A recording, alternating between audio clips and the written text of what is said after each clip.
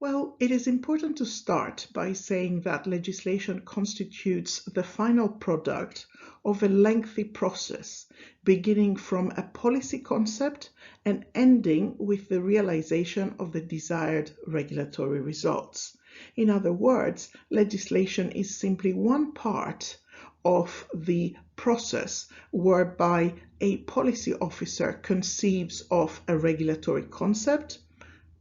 Let's reduce the number of car accidents caused by the use of alcohol, and ends with the realization of the desired regulatory results. For example, the reduction of car accidents caused by the excessive use of alcohol by 25% over a period of 3 years. So in that sense, the legislative drafting process is just a part of the lawmaking or legislative process, which in turn is part of the policy, the governance process. And this is a concept attributed to our colleague, Dr. Stefano. Legislative drafting and lawmaking are both terms used to reflect the writing of legislation. And although they tend to be used interchangeably, they shouldn't really, because their semantic fields vary. It is important for us to identify those differences and set the setting for this module and this course. Legislative drafting, which is a term used mainly in common law jurisdiction, signifies the process of writing a legislative text.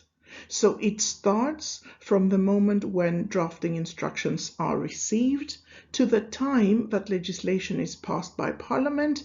Of course, it does include regulatory impact assessment, and this is because RIA, regulatory impact assessment, constitutes part of the drafting instructions for the possible amendment or repeal of the legislative text in a post-legislative scrutiny exercise. So legislative drafting is a narrow concept that reflects the writing of legislation in its narrow sense, from the time when one is asked to draft legislation to the time when legislation is actually passed by Parliament.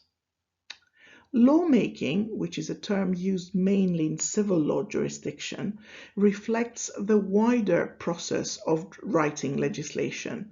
It spills into the legislative process and includes wider considerations of legality, constitutionality, and morality. So the difference here is that legislative drafting in its narrow sense doesn't have any preoccupations of policy, because policy decisions have already been made at the time that the request for legislation is made. Lawmaking, on the other hand, focuses not just in the writing of legislation and its technique, but also in the writing of legislation that is constitutionally, legally, and morally sound. Of course, both concepts are equally acceptable, and they make enormous sense within the jurisdictions that they are set. For this specific e-learning course, however, the writing of legislation is viewed as the narrow legislative drafting concept, and this is not done as a means of preferring or nurturing one concept against the other, but focusing simply on the task of writing legislation allows us an abstract pedagogical focus on the task of actually writing legislation, irrespective of the nature of the legal system within which this occurs. So focusing on writing legislation, drafting legislation without constitutional, legal, or moral concerns allows us to explore the actual task of drafting, irrespective of who does it or where, in which jurisdiction it is set. Now, who drafts legislation? There are a number of institutions that are tasked with the writing and review of legislation, and these tend to vary also from jurisdiction to jurisdiction.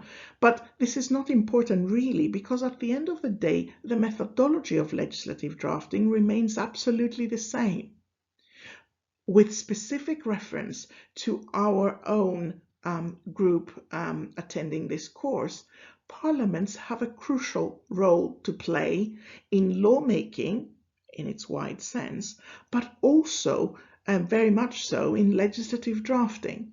So parliamentary legislative drafting includes the drafting of legislative proposals for members, and it is the exercise of members of parliament to introduce a new piece of legislation in jurisdictions where this is actually an acceptable practice.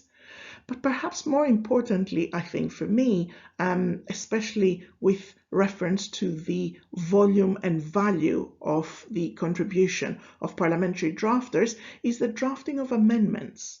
And one does not need to have parliamentary experience to know how crucial the drafting of amendments of existing legislative texts, legislative proposals, is for the final result.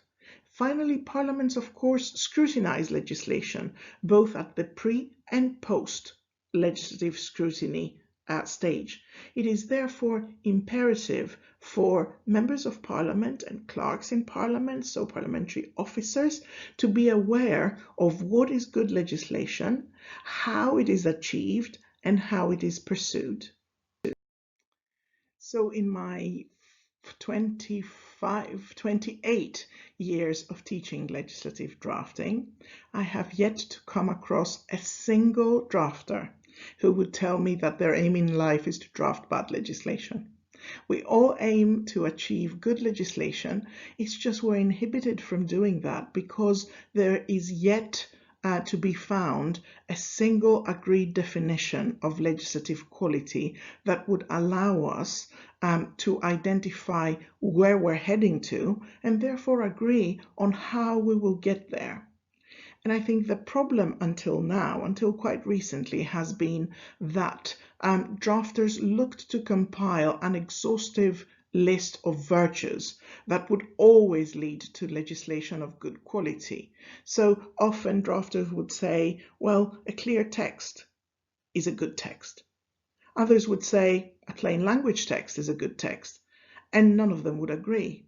I actually disagree with the whole concept of an exhaustive list of virtues that would always lead to good legislation in every case, in every jurisdiction.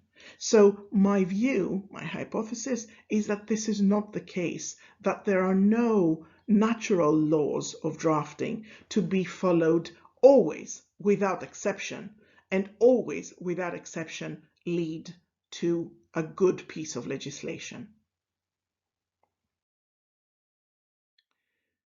If we are to depart from the idea of a list of virtues that we will always pursue in any set of circumstances, then it might make sense to just look at the role of legislation. And I'm not talking about the role of law, because there have been scores of libraries written on what the law is supposed to do. I'm talking about legislation in the sense of a legislative text. And for me, legislation is a mere tool for regulation. So governments are elected to govern on the basis of their electoral mandate. Governing means regulating specific fields of activity.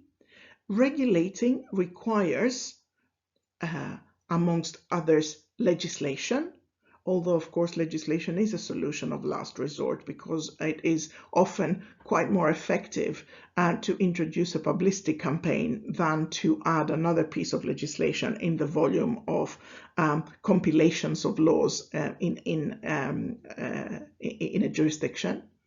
And so if that is the case, legislation is undertaken as the preferred tool for governance, in order to achieve the desired regulatory results. So if one sees legislation as a tool for regulation, then a valid definition of legislative quality is possible, albeit result-driven and result-related. So in that sense, quality of legislation is legislation that produces the types, extent, and level of regulation required by the legislator. In other words, legislation of good quality is synonymous to effective legislation. In other words, legislation that is capable of leading to efficacy of regulation. This is the definition of legislative quality that has been accepted and promoted by the European Union, and of course promoted further by the OECD and most international organizations.